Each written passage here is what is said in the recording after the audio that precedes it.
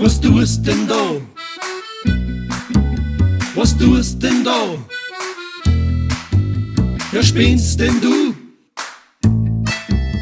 Was tust denn da? Am Sonntag vor 2 Wochen war Bürgermeisterwahl. Und weil ich Kandidat bin, muss ich ins Wahllokal. Ich wohn zwar nebenan, das kann die leichter gehen. Doch weil's viel besser ausschaut, nimm ich mein BMW. Ich war natürlich spät dran, tritt kräftig aufs Pedal. Und wie ich grad so Gas gib, verhängt sich glatt mein Schal. Renn Vollgas auf das Rathaus zu, ich komm nimmer zum Stehen. Und vor am Bürgermeister zusammen, der schreit, mei tut das weh. Was tust denn da? Da fragst dich schon. Schau ihm nicht an. Was tust denn da?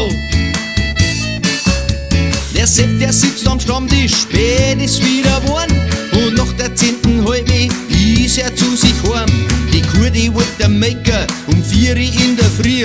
Und wie's der Teufel haben wollt, der wischt er glatt an Stier. Das kann's nicht sein, das macht keinen Sinn. Wie gibt's denn das, dass ich so deppert bin?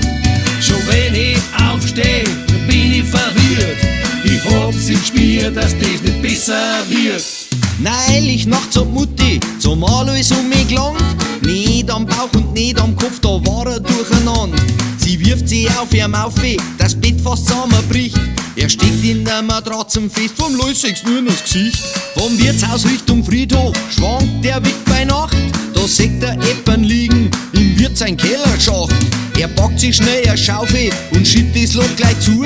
Da schreit der Pfarrer außer, lass mir doch mal Ruhe. Ich denk mir oft, ja, darf's denn sowas geben? Die meiste Zeit steh ich total daneben. Weil mir da heißt so weit, schau ich gescheiter hin. Aber was ich seh, seid ist genauso blöd wie ich. Was tust denn da? Der war doch eh nicht mehr Bürgermeister geworden. Da fragst dich schon. Im Finstern haben alle Rindviecher gleich. Schau ihm nicht an. Wenn einer in einem Loch drin liegt, dann grab ihn ein. Was tust denn da? Mutte, Was tust denn da?